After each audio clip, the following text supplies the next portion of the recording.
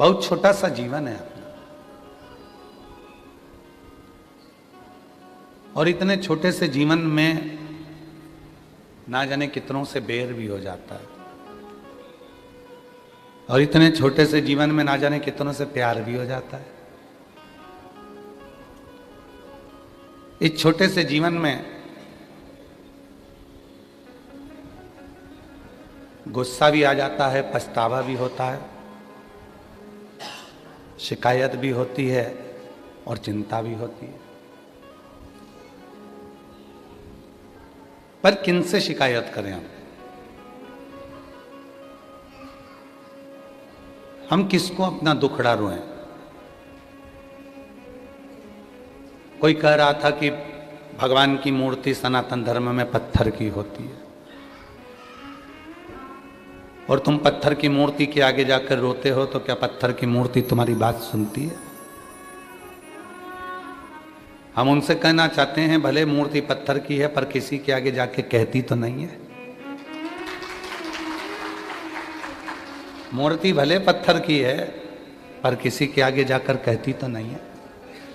इंसान के आगे जाकर दुखड़ा रोएंगे, इंसान के आगे जाकर अपनी बात कहेंगे तो वो 4 जगह में कहेगा, पर भगवान के आगे जाकर दुखड़ा रोएंगे तो वो किसी से नहीं कहेगा, केवल सुनेगा, वो केवल सुने। और कितना सुनता है वो, कितना श्रवण करता है वो। पहले कथा चल रही थी वाराणसी की कि बाबा माँ जगतजननी अम्बा जगदम्बा ने विजया सखी का साथ लेकर भ्रमण किया, और उस भ्रमण में देखा कि दुनिया सब दुखी है, संसार में कोई सुखी नहीं है। तुम्हें जितने संसार के संत महात्मा जोगी सन्यासी तपस्वी साधक उपासक, जितने सेठ सेठानी, जितने दुनिया के करोड़पति अरबपति, दुनिया के वैभवपति, जितना दुनिया का गरीब आदमी, दुनिया का मीडियम आदमी, दुनिया के बच्चे, दुनिया के बुढ़े, जितने भी तुम्हें नजर आ रहे हैं, संसार में कोई सुखी नहीं है, कोई। ये व्यर्थ की बात है कि हम सुखी हैं, ये व्यर्थ की बात है कि मैं सुखी हूं, व्यर्थ है। कोई सुखी नहीं। कितना दर्द छुपा है ये मानव शरीर में, ये मानव ही जान सकता है, कोई दूसरा इसको महसूस नहीं कर सकता, कोई इसको जान नहीं सकता। मेरी जीजियों, मेरे जीजाओं,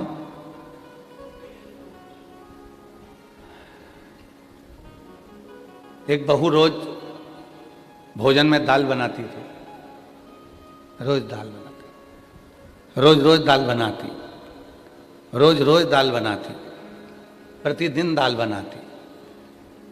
तो एक दिन दाल ने ही उससे कह दिया, क्यों री जीजी, एक बात बता, तेरे घर के लोगों का स्वास्थ्य खराब है, तुझे उनकी चिंता है इसलिए तू रोज बनाती है, या तेरी शादी हो गई इनसे बदला लेने के लिए बनाती है? तो दाल रोज क्यों बनाते हैं, किस लिए? जब इतनी सारी सब्जियां हैं तो रोज रोज दाल बनाने की जरूरत क्या है? कभी कभी हम भी हमारे घर में कह देते हैं कि भाई रोज प्रतिदिन तुम दाल बनाते हो, तो क्या बात क्या है, कोई तुम्हारी डिमांड हो तो बताओ कि भाई दाल ही दाल बन रही, क्या बदला ले रहे हो? कौन संसार का एक मनुष्य ढूंढकर बता दो जो पृथ्वी पर जन्म लेने के बाद दुखी ना हो? और मनुष्य को जाने दो, भगवान को भी लेकर आ जाओ। वकील साहब, परमात्मा को भी अगर पृथ्वी पर जन्म लिया है तो उनको भी दुख ने घेर लिया। राम जी अगर पृथ्वी पर आए तो उनको भी दुख ने घेरा, 14 वर्ष के लिए वनवास गए। केवल यही दुख समाप्त नहीं हुआ, सीता जी की अग्नि परीक्षा हो गई, माता जानकी अयोध्या आ गई, और वापिस उनको आक्षेप लगाकर फिर उनको भेज दिया गया। वन में ऋषि के घर में उनके बच्चे का जन्म हुआ, खुद की धर्म पत्नी खुद के सामने पृथ्वी में समा गई। जरा विचार करिएगा कि कितना दर्द मनुष्य के देह में होता है जिसको सहना पड़ता है। जाने दो, भगवान कृष्ण को भी पृथ्वी पर आना पड़ा, कितना दर्द सहना पड़ा। कारागार में जन्म लेते हैं, रातों रात निकलकर यमुना के पार होकर अपने बाबा के पास पहुंचते हैं। नंद बाबा के घर में आराम से 6-7 वर्ष की आयु तक निवास करते हैं और वहाँ से फिर भागना पड़ता है, जाना पड़ता है, तो मथुरा पहुँच जाते हैं। मथुरा में भी लोग नहीं छोड़ते तो द्वारका चले जाते हैं, गालियाँ देते हैं, अपशब्द कहते हैं तो द्वारका का निवास कर लेते हैं। और द्वारका में भी सुख कहाँ था, आखिरी में वो द्वारका में रहने वाले भी सब पानी में डूब जाते हैं और भगवान के चरण में बाण लग जाता है और भगवान गोलोक धाम चले जाते हैं। दुख कहाँ नहीं। मानव का जो देह मिला है, मानव का जो शरीर मिला है, ये ऐसी थोड़ी ना मिल गया। और इस मानव देह में शिव महापुराण की कथा में तुमरुका जी चंचुला देवी से कहते हैं कि चंचुला, यदि मानव का शरीर मिल जाए और उस मानव शरीर में भगवान शंकर का कोई गुणगान करने का मौका मिल जाए तो समझ लेना कि तुम्हारे पूर्व के सारे कर्म कट रहे हैं और तुम्हारा जीवन अब आने वाला समय तुम्हारा श्रेष्ठ बनता चला। बोल बम का नारा है, वो जीवन का एक लक्ष्य बन जाए। और कोई पिछले जन्म के अच्छे कर्म मुझे बाबा तेरा साथ मिला, कोई पिछले जन्म के अच्छे कर्म मुझे बाबा तेरा साथ मिला। जहाँ सारी दुनिया झुकती है, जहाँ सारी दुनिया झुकती है, मुझे वो आली दरबार मिला, दरबार मिला। कोई पिछले जन्म के अच्छे कर्म मुझे बाबा तेरा साथ मिला। कोई पूर्व का कर्म अच्छा था, वाराणसी में जन्म हो गया।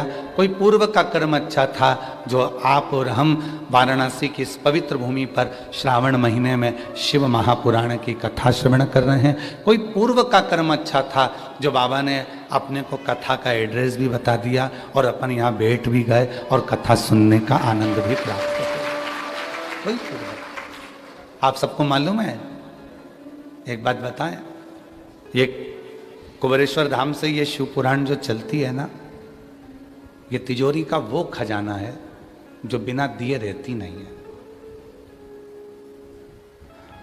जितने बैठे हो, आज की तारीख लिखना, महीना डालना, और कथा के बीच में जब आप 5 बार श्री शिवाय नमस्तुभ्यम कहकर बाबा से कहते हो मेरा दुख काटो, उस स्तुति का स्मरण करना। 3 महीने के बाद आप हमें पत्र लिखकर भेजना कि मैंने कथा के पंडाल में जो मांगा था मुझे बाबा ने दिया कि नहीं दिया, रान किया कि नहीं। भाई बाबा जी बता रहे थे, सतुआ बाबा जी की गौशाला पे कम से कम 30-40 ऑटो पहुंच गए। कथा कहाँ हो रही है? बाबा जी ने ऑटो वालों से कहा कि यहाँ नहीं हो रही है, फिर भी वो खड़े हैं। कल के महाराज निकलेंगे तो यहीं से कभी तो निकलेंगे, कभी तो निकलेंगे। अब उनको कौन समझाए कि ये कथा 80 की उम्र में हो रही है।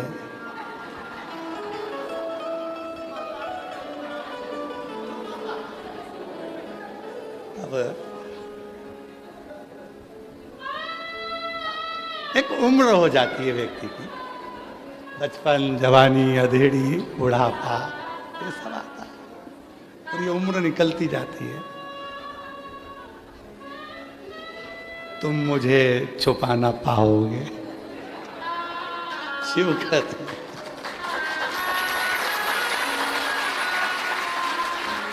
शिव कहते हैं कि कठिन है, बहुत कठिन।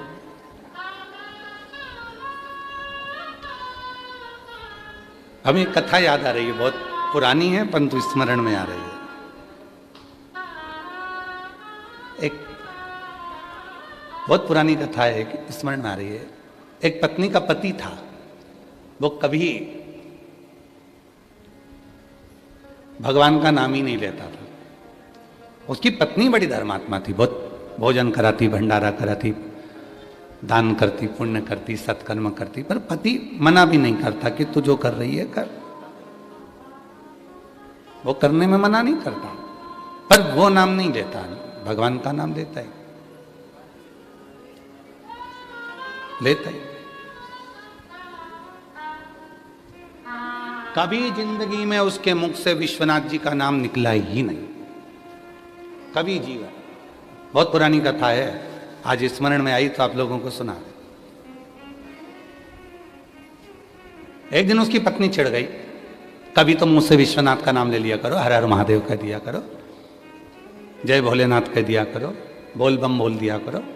पति कहता चुप रहे, तेरे को मैंने रोका क्या, तू अपना काम कर, मैं नहीं बोलूंगा, मारते मर जाऊंगा पर मुंह से नाम नहीं लूंगा।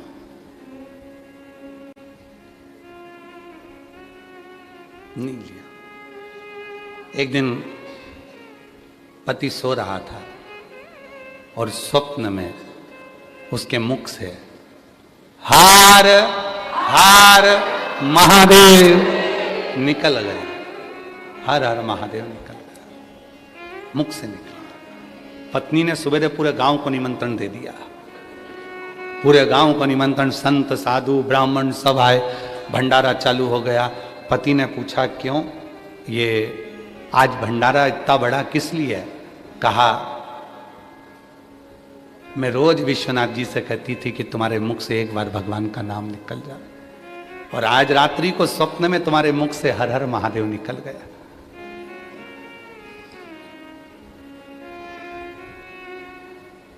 सही में?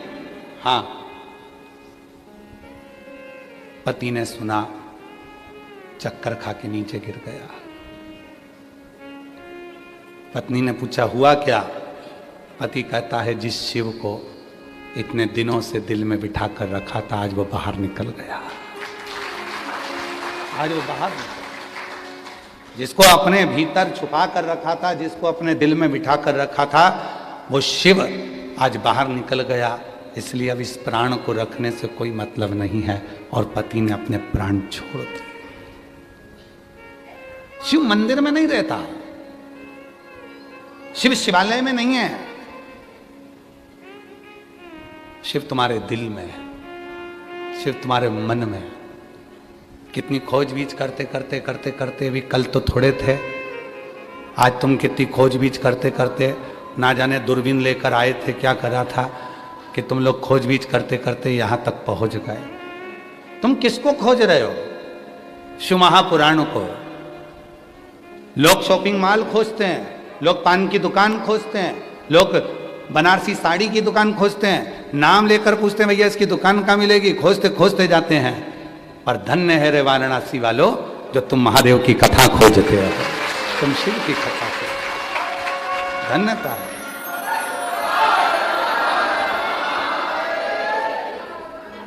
हमको लगता है तुम सतुआ बाबा की सब पार्टी वाले हो।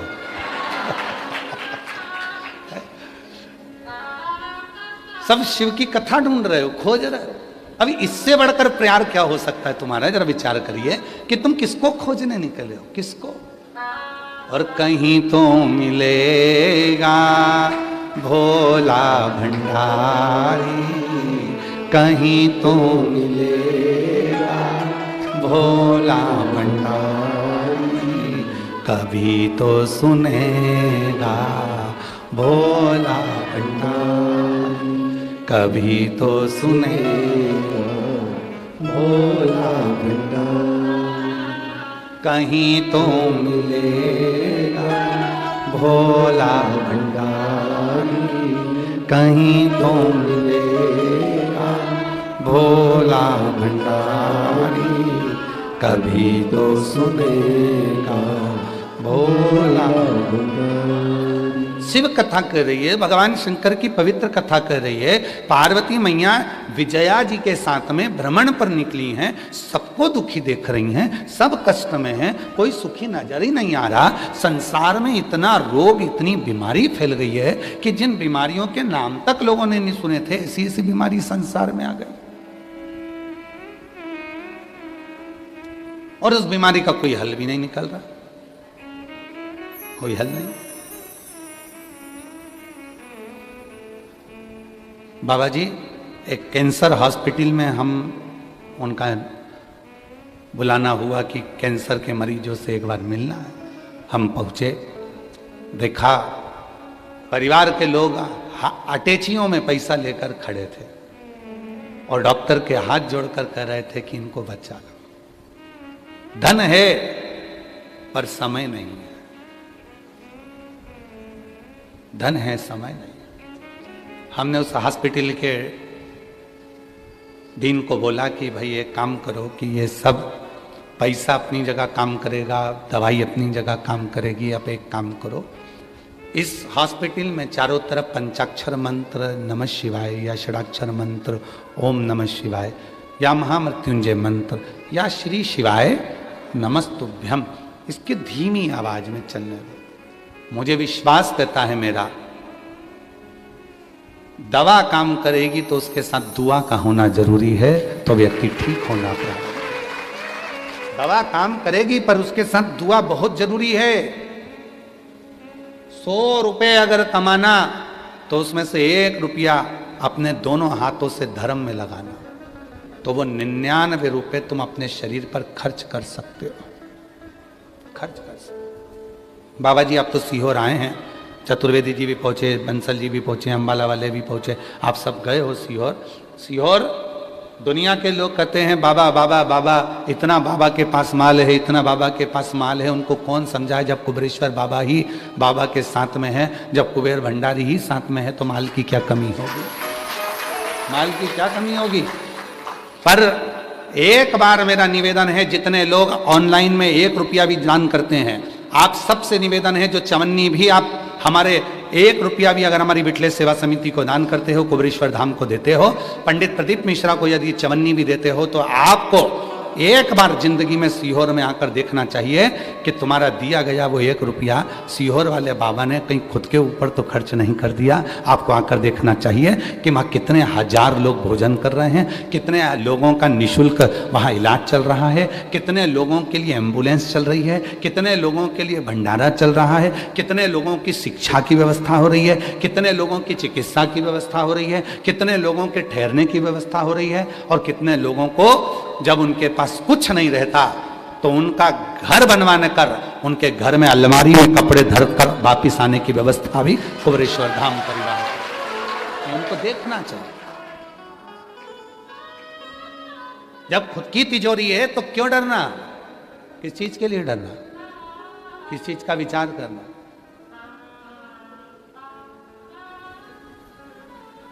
और आप सबसे निवेदन है, आपने अगर चवन्नी भी दिया ना तो आपको आना चाहिए, एक बार कुबेरेश्वर धाम जरूर आकर देखो, अपनी आंखों से देखोगे तो मालूम पड़ेगा तुमको कि वहां क्या है। क्यों लाखों लोग वहां कुबेरेश्वर धाम पर जाते हैं, क्यों लोग कांवड़ भरने के लिए जाते हैं, लोग क्यों पहुंचते हैं। और निवेदन है, कभी जिंदगी में बन सके तो एक बार कुबेरेश्वर धाम की कावड़ भी भर कर देखना। वो हाथ में केवल पानी के 2 लोटे नहीं रहेंगे, तुम्हारे हाथ में केवल वो डंडा नहीं रहेगा, वो बांबू नहीं रहेगा, वो 2 लोटा जो तुम बांध कर माँ सीवन का जल लेकर कुबेरेश्वर धाम जा रहे हो, वो केवल जल नहीं होगा, तुम्हारे जीवन का सबसे बड़ा सुख होगा, तुम्हारे जीवन का सबसे बड़ा होगा। कोई साधारण नहीं।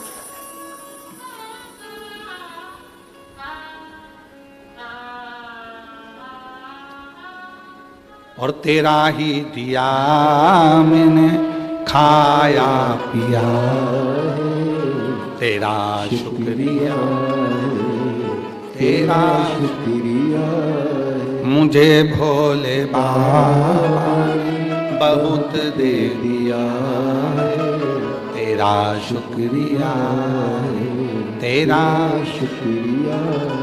तो विजया ने माता पार्वती जी के साथ देखा कि सब दुखी हैं, कोई सुखी नजर ही नहीं आ रहा। यहां तो सब दुखी हैं, सब।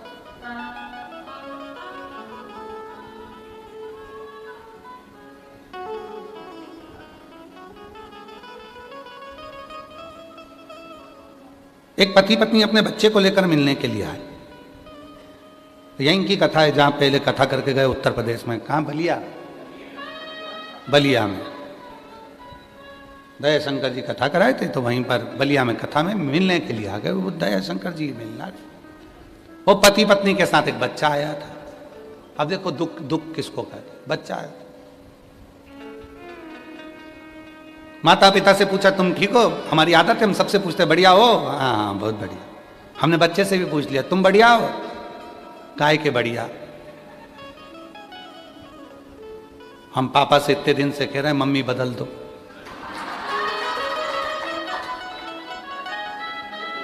बाबा जी, बच्चा कह रहा है हम पापा से इतने दिन से कह रहे हैं मम्मी बदल दो।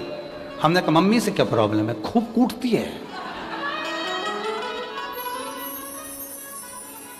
और पापा ऐसे हैं हमारे जो मम्मी भी नहीं बदल रहे।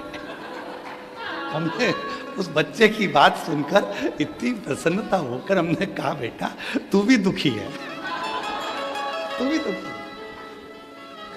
दुख किसको नहीं है, किसको, किसके अंदर,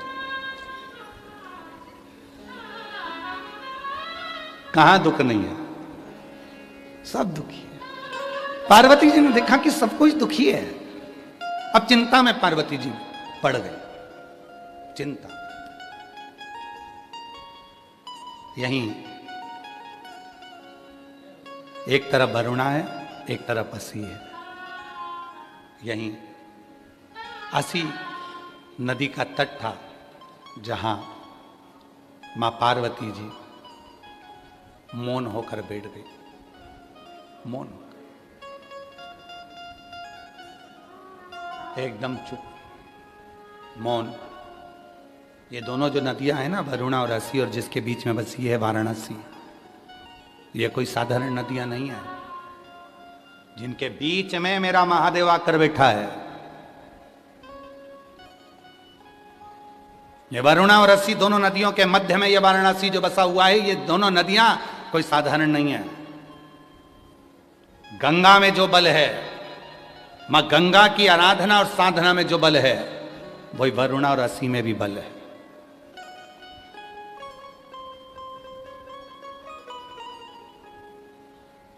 दोनों में बल। आप लोगों के स्मरण में होगा गणेश जी महाराज ने जब जिद करी थी माता पार्वती जी के सम्मुख में, और जिद करते करते अमोद प्रमोद भगवान गणेश जी के पोते, गणेश जी के लड़के का नाम क्या है, जम के बोलो, शुभ और लाभ। और गणेश जी के पोतों का नाम क्या है, अमोद और प्रमोद। गणेश जी के पोते का नाम, शिव जी के परपोतों का नाम है अमोद प्रमोद। दोनों अमोद और प्रमोद आकर खड़े हो गए थे, और जिनका तप बल अमोद और प्रमोद का इतना प्रबल हुआ था, उस तप बल के कारण ये वरुणा और असी का दोनों का प्रागट्यता मानी जाती है। ये कोई साधारण नहीं, अमोद और प्रमोद। असी नदी के पवित्र तट पर मां बैठ गई। और आपको मालूम होगा मां पार्वती, जैसे शिव जी का नाम यहां पर काशी विश्वनाथ पड़ा, वाराणसी में भगवान शिव को विश्वनाथ कहते हैं। आसी नदी के तट पर बैठकर मां पार्वती जी जब बहुत चिंता में डूब गई, और बहुत चिंता व्यापी। आप लोग तो काशी के हो तो आप लोगों को ज्यादा ज्ञान होगा, हम तो इतना नहीं जानते, पर जो हमारे शास्त्रों ने हमको दिया वो हमने आपको पता है। पर हमसे ज्यादा आप वाराणसी के निवासी इस बात को जानते होंगे कि आसी नदी के तट पर मां पार्वती जी भगवान शिव के लिए बैठ गई कि ये सब इतने दुखी हैं, संसार का मनुष्य इतना दुखी है, तो मौन होकर बैठ गई। और तब आसी नदी के तट पर बैठकर मां पार्वती जी ने गहन चिंतन किया, और इतना चिंतन किया कि पार्वती जी के तन के जो वस्त्र थे वो भी गल चुके थे। तो वृक्ष के पत्तों को पहन लिया, वृक्ष के फूलों को अपना श्रृंगार बना लिया, पर वहां से वो गई नहीं। और जब गई नहीं तब माता पार्वती जी का नाम हो गया अरण्यानी। क्या नाम पड़ा, अरण्यानी। अरण्यानी माता पार्वती जी का नाम पड़ गया। लोग उनको अरुण्या भी कहते हैं, अरुण। अरण्यानी माता पार्वती का नाम हो गया। बैठी चिंता में बैठी, बहुत देख रही है, सब दुखी है, कोई सुखी नहीं है, सब संसार सागर का हर मानव दुखी है। इसीलिए शिव महापुराण की कथा कहती है देवी जी का एक स्वरूप अरण्यानी, जो आज भी भारत की भूमि पर कई मंदिर हैं माता के, उसमें एक प्रसिद्ध मंदिर है काशी बिहार में। बिहार के भोजपुर में मां अरण्या का मंदिर है, अरण्यानी माता का, अरण्या देवी का, बिहार के भोजपुर में। जो 80 घाट पर बैठकर महाराज आसी नदी के तट पर जो माता ने जो तप साधना करी 80 में, वो तप साधना का कि ये सब दुखी क्यों है। और इसीलिए आज भी नियम है महाराज, आज भी नियम है, अगर बहुत दुखी मनुष्य होता है, बहुत तकलीफ में होता है, बहुत कष्टप्रद होता है, उसके दुख का जब कोई निवारण ही नहीं होता, कहीं कोर्ट का केस, कचहरी, थाना, पुलिस, डॉक्टर, कहीं एक्सीडेंट, कहीं फैक्ट्री चलती चलती बंद हो गई, व्यापार चलता चलता बेकार हो गया, हर तरह से जब वो हताश हो जाता है तब,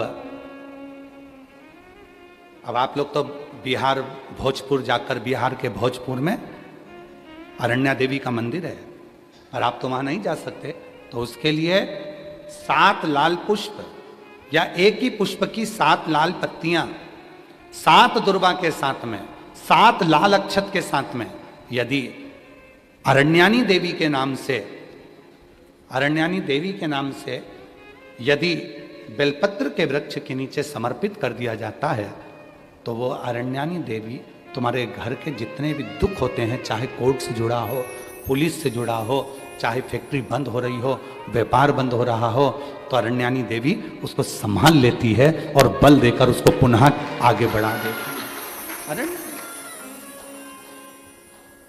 वरुणा और असी जिसके बीच में बसी है वाराणसी, ये असी साधारण नहीं है, ये वरुणा साधारण नहीं है। आप लोग तो सब वाराणसी के निवासी हो, तो आप लोगों को ज्यादा ज्ञान होगा कि इन नदियों के तट पर बैठकर कितनी साधना हुई होगी, क्यों भगवान वाराणसी में आकर बस गए, क्यों भगवान ये 2 नदियों के मध्य में आकर बस गए, ऐसा क्या हुआ, वरुणा और असी ने ऐसा कौन सा पुण्य फल पाया था जो ये गंगा मैया उनसे मिलने के लिए आ गई, ये गंगा का संगम हो गया।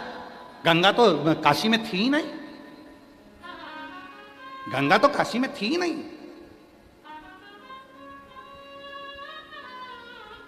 कौन लेकर आया इनको, कौन, ये वरुणा और असी ने ऐसा कौन सा पुण्य कर दिया था जो गंगा को लेकर यहां आ गई, कौन सा आंतरी अनसुईया ने तब कर दिया था जो अनसुईया जी के कहने पर गंगा यहां पहुंच गई, कौन सा तप शनि महाराज ने कर लिया था जो गंगा जी यहां पहुंच गई। सप्त तप की, कल सप्त केशव की बात, पंच केशव की बात चल रही थी, आज सप्त तप की बात है। शनि महाराज का तप, आंतरी अनसुईया का तप, वरुणा का तप, असी का तप, भृगु का तप, कितने तप हैं यहां। और उस तप के बल पर कोई गंगा ऐसे ही नहीं आई है, गंगा का तो सीधा सीधा रूट था, गंगा सीधी जा रही थी, पर काशी के लिए मुड़ी फिर चली, काशी के लिए मुड़ी फिर चली, क्यों आई है। कभी विचार करना, वाराणसी में निवास करने वाले कभी विचार करें कि गंगा मैया को लेकर आने वाला, गंगा मैया को यहाँ स्थापित करने वाला, गंगा मैया किसके कहने पर क्यों आई, किस तप के बल पर, किस साधना के बल पर, किस भाव से यहाँ पहुंच गई, कभी विचार करिए। असी के तट पर कौन सी देवी है, जम के बोलो, अरण्यानी देवी, जम के बोलो, अरण्यानी देवी।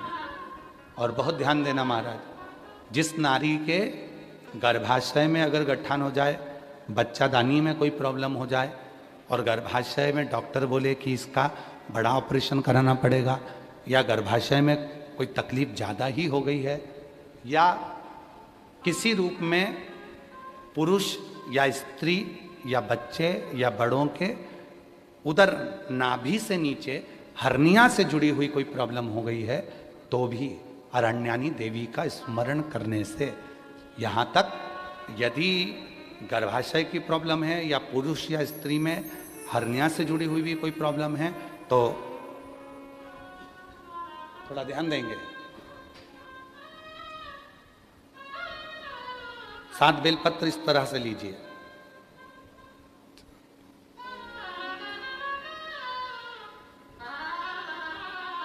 ये 7 बेलपत्र लीजिए, एक हाथ में जल, परंतु उस जल का जो लोटा होता है, उस जल के लोटे में मुख होता है, ठीक है, तो उस जल को हमें मुख वाले लोटे में ना लेकर उसको या तो पंच पात्र वाले पात्र में ले ले, या फिर खुले हुए बर्तन में जिसका मुख खुला हो। कटोरी है, कटोरी का मुख नहीं बंधा होता, प्लेट का मुख नहीं बंधा होता, लोटे का मुख बंधा होता है, लोटा का मुख ऊपर से बंधा होता, मतलब बंधा मतलब लोटा ऐसा आगे जाके सक्रिण हो जाता है, नीचे से चौड़ा हो जाता है, खुला हुआ। प्लेट ले लें, कटोरी ले लें। और जिसको भी बच्चादानी में कोई प्रॉब्लम है, बड़े ऑपरेशन का डॉक्टर बोल रहा है, कोई गर्भाशय में प्रॉब्लम हो गई, कोई हर्निया से जुड़ी हुई प्रॉब्लम हो गई, तो अरण्यानी देवी का नाम लेकर 7 बेलपत्र को आगे रखकर शिवजी पर उस जल को 7 बार, भले 2-2 बूंद चढ़े चाहे 4-4 बूंद चढ़े, वो 7 बार अरण्यानी देवी का नाम लेकर यदि वो जल चढ़ाया जाता है, 7 बेलपत्र को वापस लाया जाता है, उठाया हुआ जल नंदी के पास बैठकर आचमन किया जाता है और एक एक बेलपत्र को 7 दिन तक रोज एक एक खाया जाता है। उसके 12 दिन के बाद आप जांच करा लो, आपकी हर्निया में और आपके बच्चादानी में कोई प्रॉब्लम नजर नहीं, कहीं ना कहीं बाबा कृपा करे। और अगर आती भी है तो डॉक्टर का साथ में दवाइयाँ भी लेना है, इलाज भी कराना है। हमने एक बात पहले भी कही थी, डॉक्टर शिव का एक रूप है। ये नहीं कि हम ये कर रहे हैं तो डॉक्टर की दवा ना लें, डॉक्टर की भी दवा लें, डॉक्टर को शिव मानकर, पर उसके साथ में मां अरण्यानी देवी का स्मरण भी कर। कल बाबा जी कह रहे थे कि एक बेलपत्र में वो औषधि है। और बाबा जी जब से लोगों ने बेलपत्र खाना चालू करी, रुद्राक्ष का पानी पीना चालू करा, तब से रिसर्च सेंटरों में रिसर्च हो रहा है कि इस बेलपत्र में ऐसा क्या है, रुद्राक्ष में ऐसा क्या है कि रुद्राक्ष के जल से लोग ठीक हो जाते, बेलपत्र के सेवन से। फिर से बोलो एक बार, कौन सी देवी है? अरण्यानी देवी। और अगर इस देवी का दर्शन करना है तो कहां जाना पड़ेगा अपने को? बिहार के भोजपुर में अरण्या देवी का मंदिर है। कौन से कपड़े पहनती है माता? वृक्ष के पत्तों के। कौन से वस्त्र धारण करती है माता? वृक्ष की छालों के। माता कौन सा आभूषण पहनती है? वृक्ष के फूल के, पुष्प के। अरण्य।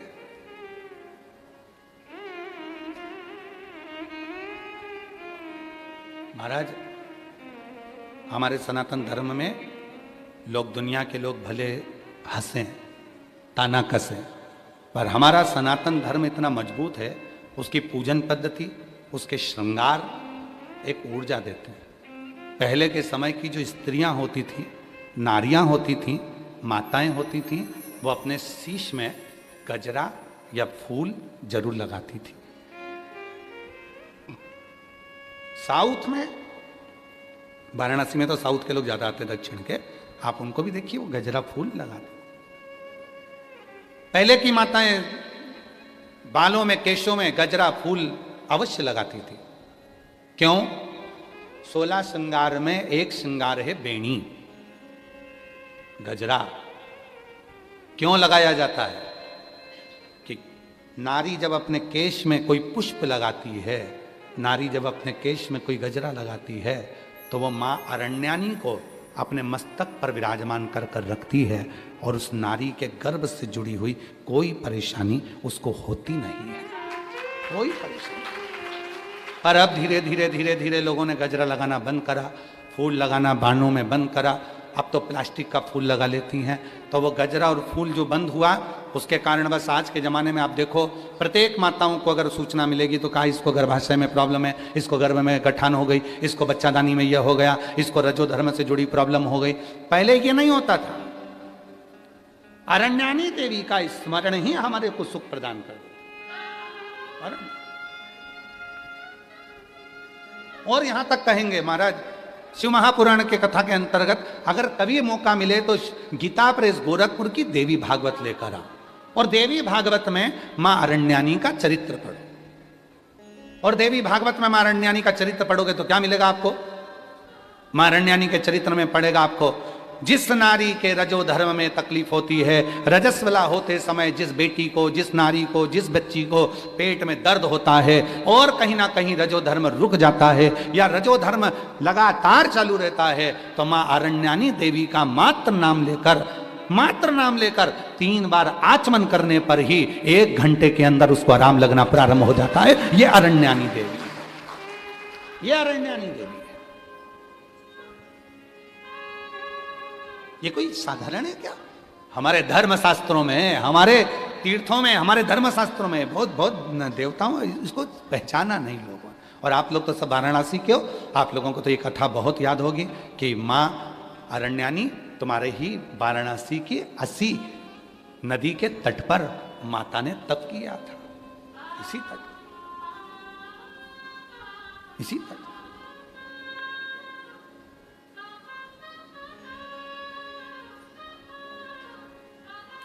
और शिव शंकर भोले भाले माँ गोरा के घर वाले, तुमको लाखों प्रणाम, तुमको लाखों प्रणाम, तुमको लाखों प्रणाम, तुमको लाखों प्रणाम। शिव शंकर भोले भाले माँ गोरा के घर वाले, तुमको लाखों प्रणाम, तुमको लाखों प्रणाम, तुमको लाखों प्रणाम, तुमको। अरण्यानी देवी, एक बार वापिस बोलेंगे सभी, जितने आस्था चैनल पर सुन रहे हैं, जितने फेसबुक यूट्यूब पर सुन रहे हैं, जितने सोशल मीडिया पर सुन रहे हैं, और जितने काशी की इस पवित्र धरा पर इस भवन में बैठकर सुन रहे हैं, वो कौन सी देवी है जो व्यक्ति के उदर से जुड़े हुए उसके नारी के एक एक रोग को समाप्त कर देती है? उसका नाम है अरण्यानी देवी। अरे रोगों को समाप्त, रोग मिटा दे। अरे महाराज, आप बता सकते हो किसी को, भाई ये प्रॉब्लम है, आप अरण्यानी का नाम लो, 3 बार आचमन करो, आचमन करो। विजय ने कहा मां पार्वती जी से कि ये तो सब दुखी हैं, और पार्वती जी बैठ गई तब साधना में, उठती नहीं है, कपड़े गल गए। कितना तप करा होगा माता पार्वती जी ने, जरा विचार करिए कि वस्त्र तक गल गए। पत्ते का श्रृंगार किया, फूलों का श्रृंगार किया है मां पार्वती, पत्र पुष्प। तब मेरे बाबा भोलेनाथ कैलाश से आ गए। सबसे पहले अगर मेरे भोलेनाथ आए तो पार्वती के पास आए। उठो पार्वती, उठो, चलो कैलाश। नहीं, मैं इनको दुखी नहीं देख सकती। दुनिया के लोग मुझे माँ कहते हैं, और माँ का मतलब आपको मालूम है? माँ का मतलब मालूम है आपको?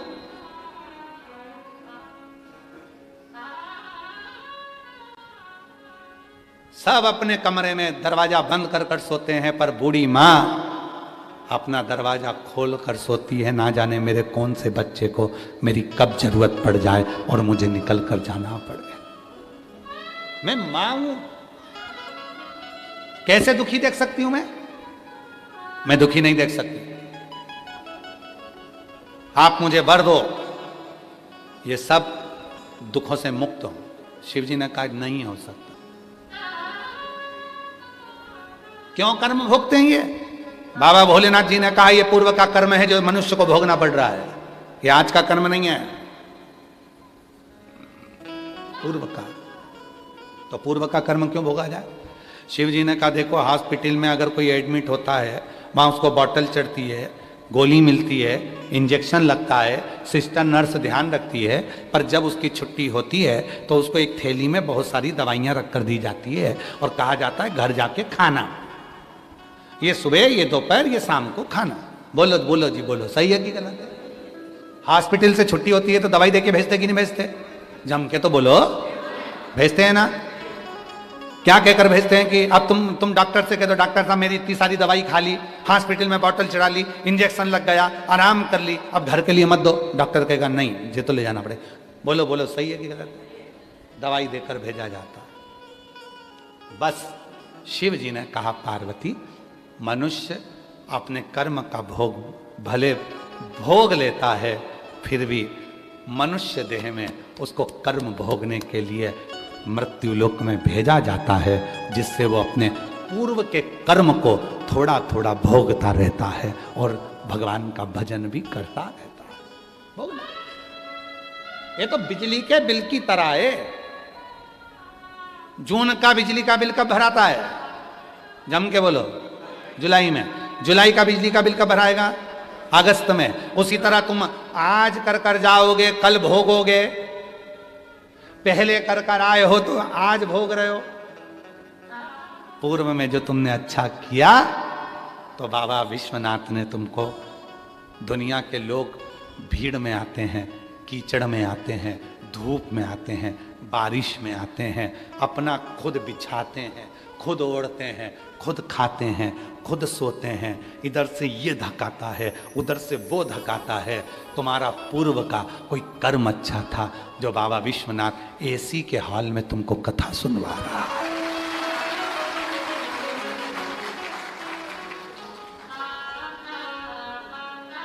काहे सही है? ऐसी कहानी।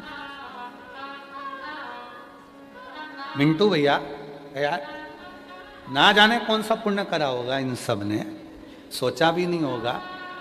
और हम जजमानों का भी बोल रहे हैं, तुम नवरत्नों का भी तुमने भी नहीं सोचा होगा। तुम सीहोर में भी अभी कभी जजमान बने हो ना, तो तुम लोगों ने देखा होगा कितनी मशक्कत करना पड़ती। भले जजमान होगे तुम, अपनी जगह पे होगे, पर कितनी मशक्कत कर कर अंदर घुसना पड़ता है।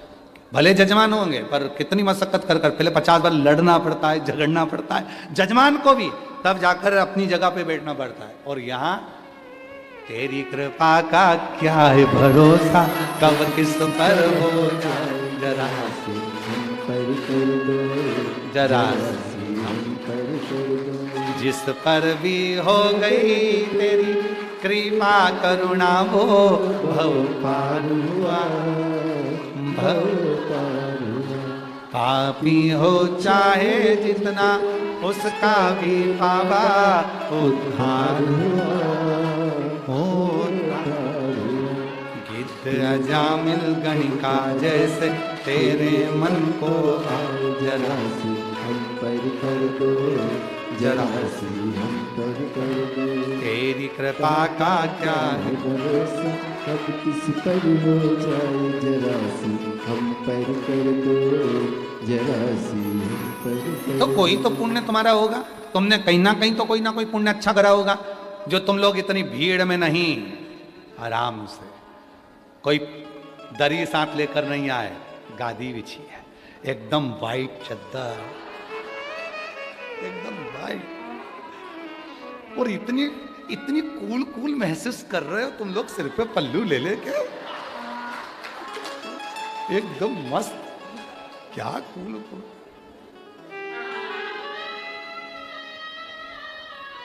और कई कई तो सोचने में लगे हैं सीहोर वाला ही है कि और किसी को पकड़ ला है तो वही बाबा रे बाबा शिव है। अच्छा, तुम लोगों को देख के थोड़ी जलन हमको भी होती है, ईमानदारी से बोल रहे हैं। तुम सब काशी वालों को देखता हूं ना तो थोड़ी जलन बहुत होती है। और जलन इस बात की होती है कि तुमने कौन सा पुण्य करा होगा जो मेरे भोलेनाथ ने तुमको काशी का निवास दिया होगा।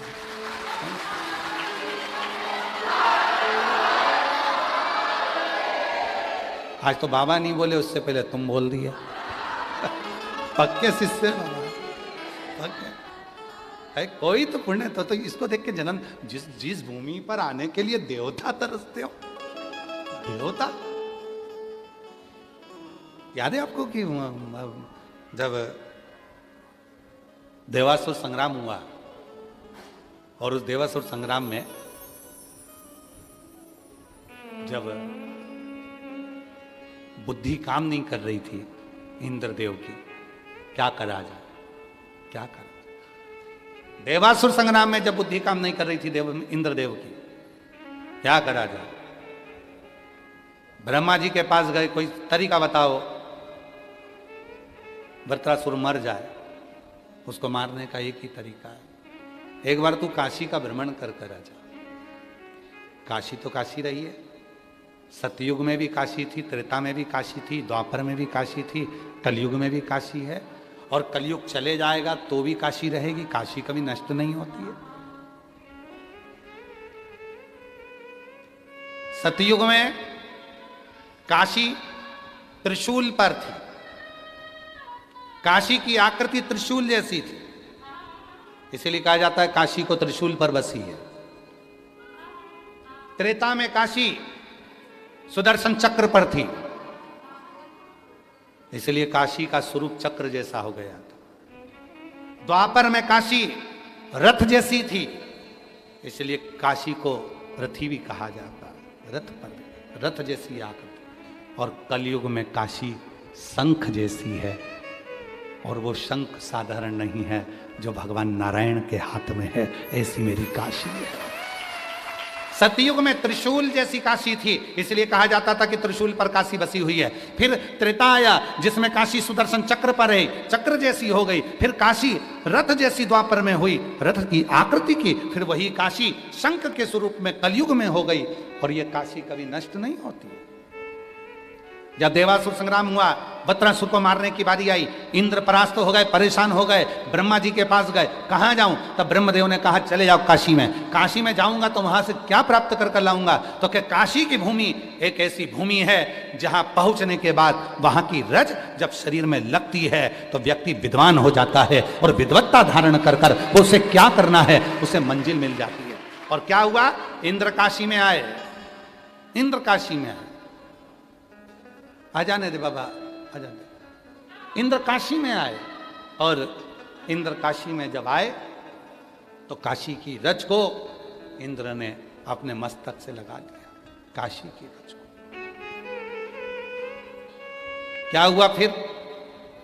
काशी की रज को जैसे ही मस्तक से लगाया, मस्तक से लगाते से ही इंद्र को मालूम पड़ गया कि मुझे दधीचि ऋषि के यहां जाना है, उनकी अस्थियां मांगना है, उस अस्थियों से युद्ध लड़ना है, तो ये वत्रासुर मर जाएगा।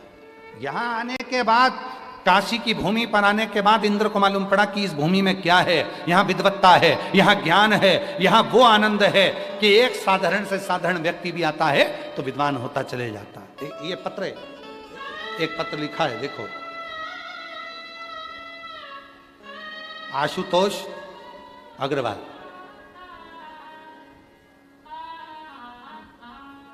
साधु था। गुरुजी, बाबा ने मुझे क्या दिया मैं क्या कहूं? बस यही कहूंगा कि मेरे सब हमेशा शिव जी मेरे साथ, हमेशा शिव जी रहते हैं। पत्र को आप लोग आस्था चैनल पर पढ़ सकते हैं। गुरुजी, मेरा नाम आशुतोष अग्रवाल, उषा अग्रवाल। बाबा ने मुझे क्या दिया है मैं क्या कहूं? बस मैं कहूं कि मेरे साथ हमेशा शिव जी रहते हैं। मैं गुरुजी झारखंड का निवासी था, और मैं बचपन से शिव जी के मंदिर जाया करता था। आपकी कथा जब से सुनी तब से शिव तो दिल में बैठ गया। अब ऐसा लगने लगा कि शिव के सिवा कोई नहीं है, और मेरे दुख में मेरा शिव काम आएगा। हमने झारखंड छोड़ा, बाबा का नाम लेकर, आपकी कथा पर भरोसा कर कर हम लोग काशी आ गए। वहाँ हमारा बिजनेस नहीं था, काम नहीं था, हम लोग यहाँ आ गए। सोचा यहाँ आने के बाद भी मैं क्या करूँगा? थोड़े ही दिन हुए हैं मेरे यहाँ आए। आपकी कथा सतुआ बाबा जी के आश्रम में चल रही थी। बाबा जी उस कथा को आयोजित किए, यजमान परिवार आयोजित किए। प्रथम बार आपकी कथा मैंने काशी में ही सतुआ बाबा जी के यहाँ सुनी, और हम तो नए नए आए थे, बाबा से क्या कहते, पर जितनी महिला वहाँ आई थी वो सब बोल रही थी, ये सीहोर वाला बाबा आता है, कथा करता है, इसकी कथा में जो मांगो वो मिलता है। हमको तो आश्चर्य हुआ कि ऐसा होता है क्या?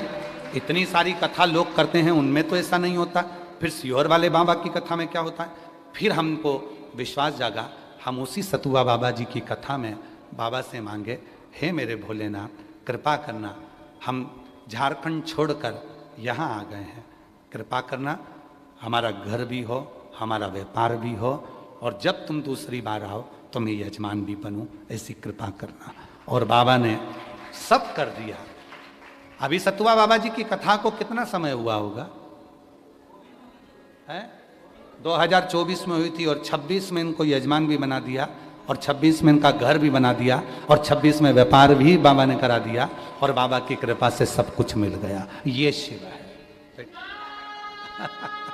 उसमें चतुर्वेदी जी आपके लिए भी लिखा है कि हमने सोचा नहीं था, चतुर्वेदी जी ने हमको यजमान स्वयं, हम तो कहे ना, तो शिव जी ही अपने भक्तों को भेजता है, शिव की कृपा। बैठिए, आइए एक बेलपत्र ले जाओ, पत्र पढ़ा है ना आपका, तो बेलपत्र। बाबा सतुआ बाबा जी की कथा को हमने बस विनती करी थी और लोग कहते थे सियोर वाला बाबा कथा करने आया है, जो मांगो वो मिलता है। हमने तो विश्वास करा, पहले हंसे फिर विश्वास करा और आज बाबा ने मकान भी दिया, व्यापार भी दिया और सब कुछ भंडार भर दिया और यजमान भी बना दिया। ये शिव है।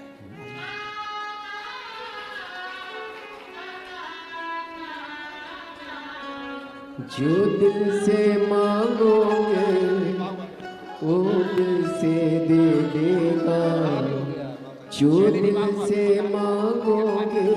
बता रहे हैं बाबा जी की कथा सुनने के बाद में, पहले यहाँ आते ही बाबा ने ऐसी कृपा करी कि विवाह भी हुआ, मकान भी हुआ, व्यापार भी हुआ और बाबा की कृपा से यजमान भी बन गए। मेरा भोला भंडारी है, मेरा भोला भंडारी है, खाली झोली भर देगा। मेरा भोला भंडारी है, खाली झोली भर देगा। जो दिल से मांगोगे वो और दिल से। देखो कृपा देखिए कितनी है। बता रहे हैं कि कथा सुनने के बाद झारखंड से आए थे तो कुछ नहीं था। 2024 की कथा से लेकर 2026 की कथा तक सब दिए। यहाँ तक बाबा जी बता रहे हैं कि सीहोर कुबरेश्वर धाम पर भक्तों के रहने के लिए कमरा भी बना दिया। शिव की, शिव की। जो दिल से मांगोगे वो दिल से दे देगा, जो दिल से मांगोगे वो दिल से दे देगा। मेरा भोला भंडारी है, मेरा भोला भंडारी है, खाली झोली भर देगा। मेरा भोला भंडारी है, खाली झोली भर देगा। मस्तक पे चंदा है उजियारा कर देगा। मस्तक पे चंदा है उजियारा कर देगा। मेरा भोला भंडारी है, मेरा भोला भंडारी है, खाली झोली भर देगा। मेरा भोला भंडारी है, खाली झोली भर देगा। जिस भाव से आप आए, जिस भावना से आप, विश्वास, भरोसा,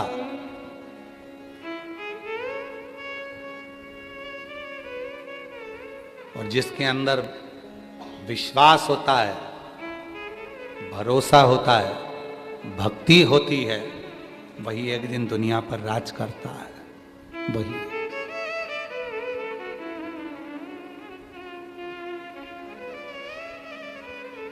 विश्वास, भरोसा, भक्ति दृढ़ता देती है।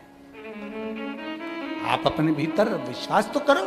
मानो तो मैं गंगा मां हूं, बोलो बोलो जम के बोलो, जान ना मानो तो बहता पानी।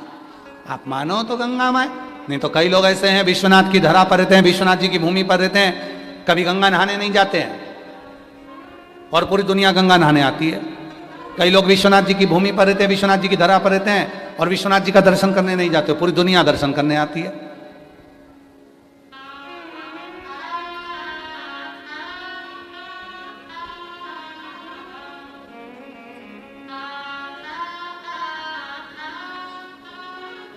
फिर भी भोलेनाथ कृपा करते हैं, कृपा करते हैं।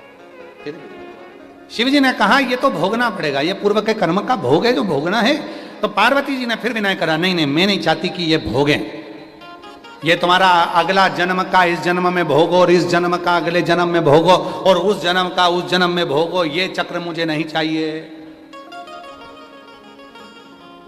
ये मुझे नहीं चाहिए। अब आप कुछ भी करो, इन जन्म के चक्र से मुक्त करो। तो शिव जी ने कहा ठीक है, अब तुम चिंता मत करो, तुम अगर चाहती हो कि सब इस जन्म का अगले जन्म को ना भोगा जाए, जो झूठ बोला, प्रपंच करा, गलती करी, वो अगले जन्म में भोगने को ना मिले, तो मैं एक काम करता हूं, जिस असी नदी के तट पर, हे पार्वती तुम मौन होकर बैठी है, वरुणा और असी के मध्य में जो टापू है, इसी पर मैं बैठकर इतना तप करता हूं, इतना तप करता हूं कि उसका फल तुझे प्राप्त होगा। वरुणा और असी नदी के तट के मध्य में भगवान विश्वनाथ, भगवान शिव बैठ गए, हजारों वर्ष का तप करने लगे। मां पार्वती जी उनको देखती रही, देखती रही, दर्शन करती रही।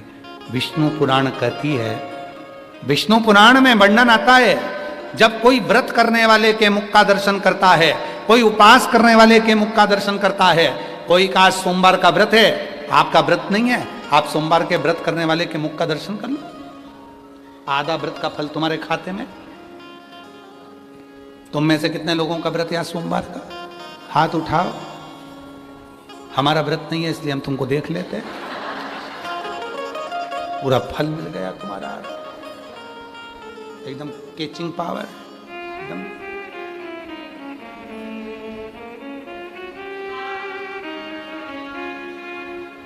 और देख लो आस्था चैनल वाले जितने भी बैठे हैं, जितने सोशल मीडिया पर कथा सुन रहे हो, आस्था वाले तुम सबको इनका मुख का दर्शन करा रहे हैं। अच्छे से कर लो जिनका व्रत नहीं है, और जो सोमवार के व्रत करने वाला है उसके मुख का दर्शन करो, पशुपति व्रत करने वाले के मुख का दर्शन करो, 16 सोमवार के मुख का दर्शन करने, व्रत करने वाले के मुख का दर्शन करो, चतुर्थी करने वाले के मुख का दर्शन करो, यज्ञ करने वाले का मुख का दर्शन करो, श्री शिवाय नमस्तुभ्यम बोलने वाले के मुख का दर्शन करो, विश्वनाथ जी का दर्शन करके कोई आ रहा हो उसके मुख का दर्शन करो। बस जितना फल उसे मिला है उसका 50% तुम्हारे खाते में चला गया।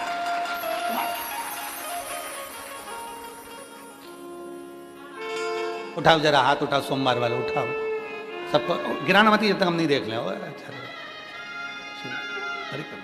दिखाओ रे, आस्था चैनल दिखाओ, सबके कल्याण होगा, जरा दिखाओ, सबको दिखाओ, सबका कल्याण होगा। हर हर, बस रखो रखो रखो। आज 50%।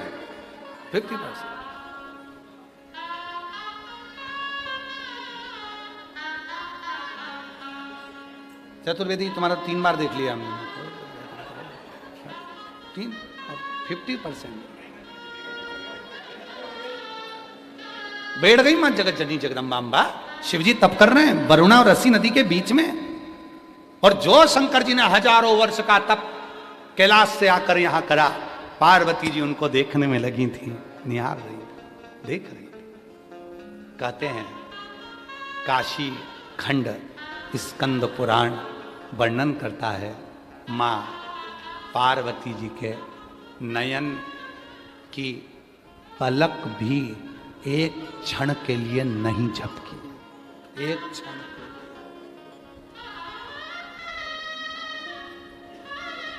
पार्वती जी के नयन की पलक, स्कंद पुराण काशी खंड वर्णन करता है कि पार्वती जी के नयन की पलक एक क्षण के लिए भी नहीं झपकी। शिव जी को देखती, शिव तप में थे, पार्वती जी दर्शन करती रही, नेत्र खुले भोले बाबा के। पार्वती को देखकर शिव जी ने कहा, पार्वती आज तूने मेरे दर्शन को किया है, तप का दर्शन तेरा खाली नहीं जाएगा, मेरी आदि शक्ति तुझ में जाएगी। दुनिया के लोग कहेंगे आदि शक्ति भवानी की जय, दुर्गे महारानी की। लोग कहते कि नहीं कहते? आदि शक्ति भवानी की जय, दुर्गे महारानी की। मेरी आदि शक्ति तुझ में चली गई है। और पार्वती, ये शक्ति कहीं खाली नहीं रहेगी। जब महिषासुर का वध करना होगा तो तुझे ये शक्ति काम आएगी। दुष्टों का संहार करना होगा तो तुझे ये शक्ति काम आएगी। पार्वती जी कहती हैं, दुष्टों का संहार तो मैं आपकी कृपा से कर दूंगी, पर इस शक्ति का प्रयोग तो मुझे यहीं करना है, यहीं। सुन लो वाराणसी वालों, स्कंद पुराण काशी खंड में क्या लिखा है, इस शक्ति का प्रयोग मुझे यहीं करना है। और आप सब लोग तो काशी में रहने वाले, अच्छी कथा का स्मरण, इसी शक्ति का प्रयोग मुझे यहां करना है, मुझे यहीं। तो शिवजी ने पूछा कौन सी शक्ति का? तो आपके शरीर की जो तप साधना की आदि शक्ति मिली है, उसका फल मुझे यहीं पर चाहिए। शिवजी ने जो शक्ति दी, पार्वती जी ने कहा, आपने जिस भूमि पर तप करा इसका नाम वाराणसी होगा। ये आपके तप से मिला, इसका नाम वाराणसी। आप यहां रहोगे, पर मुझे जो आपके दर्शन से आदि शक्ति मिली है, उससे मैं इस भूमि पर अपने हाथ रखकर फल देती हूं। मेरे शरीर की, शिव की शक्ति का फल इस भूमि पर रहे। और ये भूमि पर जब किसी का एक बार भी आगमन हो जाए, इस भूमि पर कोई भूलवश भी यदि आ जाए, इस भूमि पर यदि किसी के प्राण भी छूट जाएं, तो उसको फिर किसी जन्म का कर्म का भोग ना भोगना पड़े और वो शिव के धाम चला, वो शिव के धाम जा। ये मातृ शक्ति ने अपने भगवान शिव के आधे तप का फल वाराणसी को दिया है।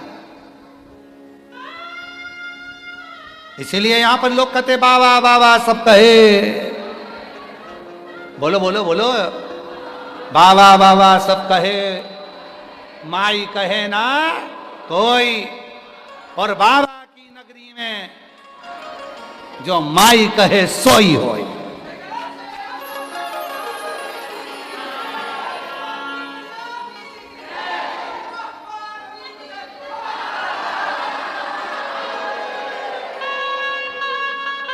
आज बाबा जी के अच्छे अच्छे चेले बैठे सतलम दम के आवाज लगाने वाले। श्रावण महीने की शिवरात्रि है। अपने अपने घरों में रहकर दिन में तो आप कथा सुनेंगे ही 4 बजे तक, शाम को 7 बजे ऑनलाइन अपने घरों में पार्थिव पूजन करेंगे। मिट्टी का शिवलिंग बनाकर पहले से तैयार रखना। पूजन का सामान आस्था चैनल पर भी चल रहा है, सोशल मीडिया पर भी चल रहा है। और पहले की लिस्ट भी आपके पास में होगी, जिसमें काली मिर्ची, गेहूं के दाने, कमलगट्टे, ये सब उसमें लिखा हुआ। शमी पत्र, बेल पत्र आदि सभी चीजें पुरानी लिस्ट में है, जो सावन की लिस्ट है। शाम के समय पर आस्था चैनल पर तो ऑनलाइन चलेगा, पर लाइट चली जाए तो फिर आप मोबाइल पर भी चालू कर कर रखना, जिससे आप लोगों का लिंक ना टूटे और आप लोग पार्थिव शिवलिंग का ऑनलाइन अभिषेक कर सके। अभिषेक जब पूरा हो जाए तब एक बेलपत्री अभिषेक की उठाकर रख लेना। जो कामना है तुम्हारी, उस कामना को कर कर वो बेलपत्री अपने पास रखना।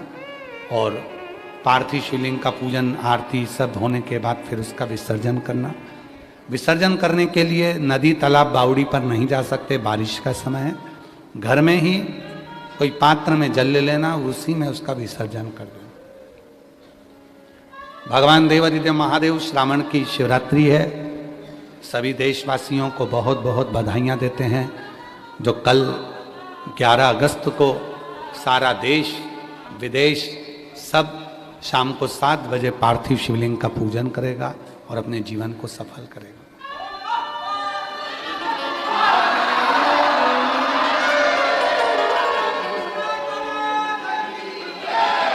25 अगस्त को बाबा की सीहोर की कावड़ रहेगी, जिसका दर्शन आप और हम सब करेंगे। जो कावड़िया सीहोर भौम प्रदोष की कावड़ भरने के लिए आ रहे हैं, उनसे निवेदन है सोना चांदी हीरा पन्ना लेकर ना आए। बुजुर्ग लोग ज़्यादा ना आए, बच्चों को लेकर ना आए। और शरीर में अगर ज़्यादा रोग है तो वो भी 25 अगस्त वाली कावड़ में ना है। हृदय से कावड़ को माँ सीवन के जल से भरकर 11 किलोमीटर आप और हम पैदल चलेंगे और आनंद लेंगे। 17 अगस्त से 23 अगस्त तक भिलाई छत्तीसगढ़ के जयंती स्टेडियम में शिव महापुराण की कथा ऑफलाइन होगी, जहां आप सब आ सकते हैं। 1 बजे से 4 बजे तक सुन सकते हैं। श्रावण के महीने की ये विराम की कथा रहेगी। तो दिल से सब छत्तीसगढ़िया वासियों को भाव से इस कथा का लाभ लें, जीवन को धन्य बनाएं। बाबा को अपने मन का भाव कहें, प्रार्थना करें, निवेदन करें।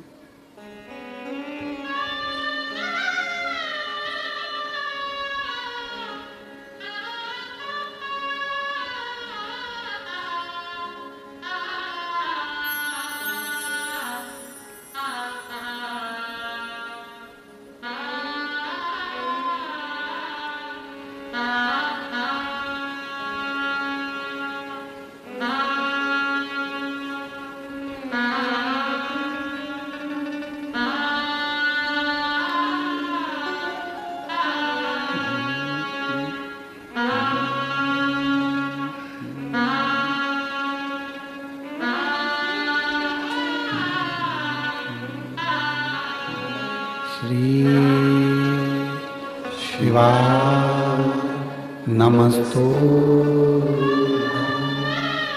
श्री शिवाय नमस्तो श्री शिवाय नमस्तो श्री शिवाय नमस्तो श्री शिवाय नमस्तु। भोला सब दुख काटो,